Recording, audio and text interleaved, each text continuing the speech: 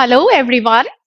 Today we'll study English literature and our topic is the poem Woodman Spare That Tree. The poet of this poetry is Woodman Spare That Tree is George Pop Morris. In this poem, the poet is trying to persuade or convince the woodcutter not to cut down old tree. He explains with great passion his reasons for wanting the tree to remain where it is. Because he didn't want to cut that trees because he's affectionately attached that with that trees and he had a very strong fond memories with that trees. So now we'll have a poem, Woodman Spare That Tree. In the stanza 1, Woodman spare that tree. First we have to take a look on hard words. Spare means harm. Woodman spare that tree. The poet is trying to say that woodman, please do not harm that tree. Touch not a single bough. Bough means branch. Bough means branch. Now, poet is convincing the woodman not to harm that tree. You should not touch a single branch of the tree because in youth it sheltered me. The poet is saying that when he was young, the tree sheltered him a lot. The tree gave him shade and I'll protect it now. Now he's saying that now when he's adult, now when he's grown up, the tree will be protected by him. It was my forefathers' hand. Forefathers mean ancestors. Now the poet is saying, it was my forefather's hand that placed it near his cot. In these two lines, the poet is saying that his forefathers, his ancestors, has planted that tree. Their woodman let it stand, and he is requesting him that please don't cut the tree and let it stand. Means let it be safe. Thy axe shall harm it not. Thy means you. Your axe shall not harm it. And he is requesting one by one, and he is requesting that his axe, the axe of woodcutter, should not harm it at all. Now we come to the third stanza, that old familiar tree. Familiar means very much known. So that old familiar tree, that well-known tree whose glory and renown, that old tree which is familiar to all and everybody knows about that tree. So he gets lot of happiness and the tree is well famous in that place, are spread over land and sea. And it is famous where the poet lives, where the poet and his families and generations are living. That tree is renowned from a long time. Now, are spread over land and sea, and wouldest thou hew it down? Hew means cut. And wouldest thou hew it down means you should not. He is again requesting that he should not cut down the tree.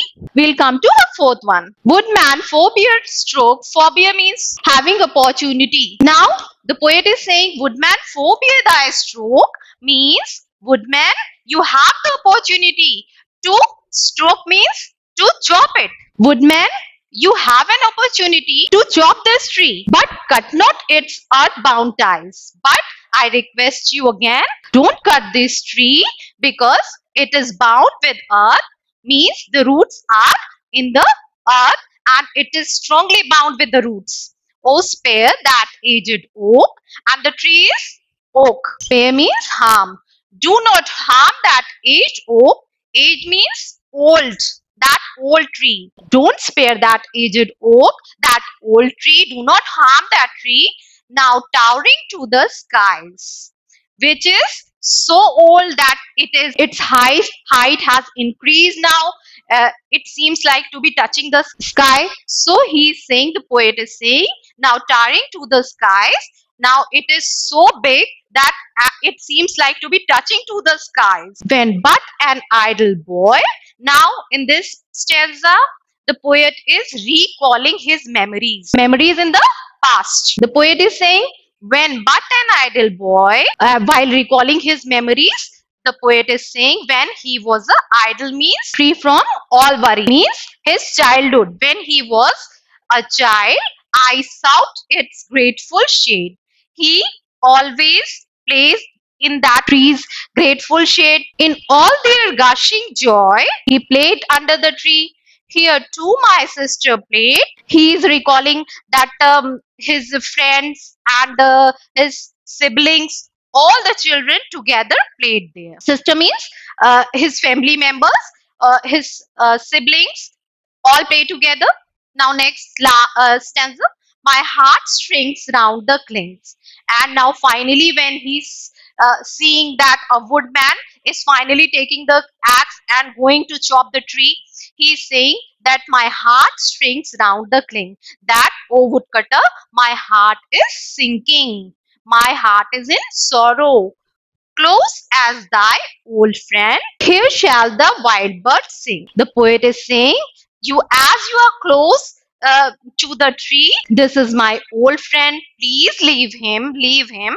Here shall the wild bird sing.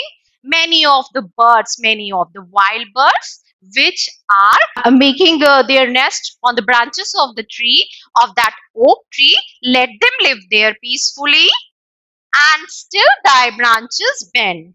And let the branches bend means the birds who are making nest there, and and many of their children, the generation of birds also, the little birds, let them sit there, let them have their home there, not to disturb them. And the last stanza, old tree, the storm still brave. Now he's in the last stanza, the poet is referring about that old tree, that old tree is very strong. Brave means the synonym of brave is strong. Old tree, the storm still brave means now he's saying, the poet is trying to say that woodman, please leave this tree, because many weather came, the lightning came, the air came, the wind came, but the old tree is so strong that he is bravely standing there. And woodmen leave the spot. And now finally the poet is requesting the woodman, the woodcutter, don't chop it, just leave it peacefully so that it can stand as it is. While I have a hand to save, thy axe shall hurt it not. And now he's saying, in the last two lines, the poet is referring that now I am an adult and I have a capacity to request you, please do not cut the tree. So thy axe shall hurt it not. I request that your axe should not cut this tree and let it stand as it is, because many fond memories are attached with the trees of the poet and he wanted to save it. Now we have a short look on the summary of the poem, Woodman Spare That Tree. This poem is addressed to a woodcutter who is cutting a tree. The poet addresses the woodman and asks him to spare an oak tree that has been planted by his forefathers, means ancestors. This tree was also a house of many wild birds. The poet requests the woodcutter not to cut down the tree because it has many fond memories attached with it. The woodman was trying to chop the tree that had served many generations in the poet's family. The woodman all set to fell his axe on the shady tree under which the poet had played with his siblings many times. At last, the poet finally requests him not to chop the tree, which is bravely standing with the strong roots of the tree in the earth. His axe should not hurt that tree. Thank you.